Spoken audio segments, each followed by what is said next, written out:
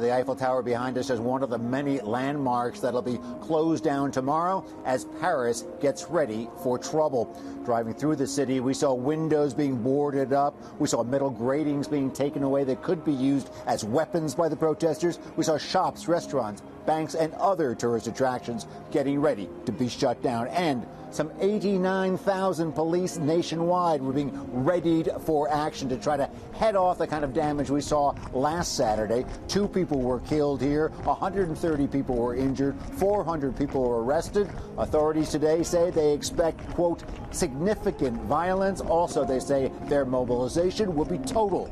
Now, this is all part of the so-called yellow vest protests, named after the high visibility jackets that French people have to have in their cars in case of an emergency. And in fact, it was triggered by a proposed hike in the price of diesel fuel by the government, a response to what they said was global warming. But it has turned into a broader protest about high taxes and low wages and a government thought to be out of touch with its people. And that, of course, means French President Emmanuel Macron. He was voted in last year as a new style reformer, but it's thought by many that much of what he has done has benefited the rich at the expense of the poor. And yes, it is spreading to students staging their own protests. There were images of kids being lined up and knelt down by police, causing a lot of problems. Also, other shots of strong authority acting against the protesters that's caused problems as well.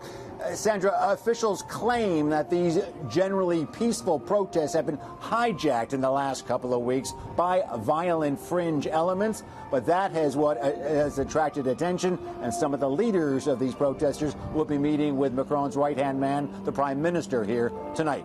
Maybe too little, too late.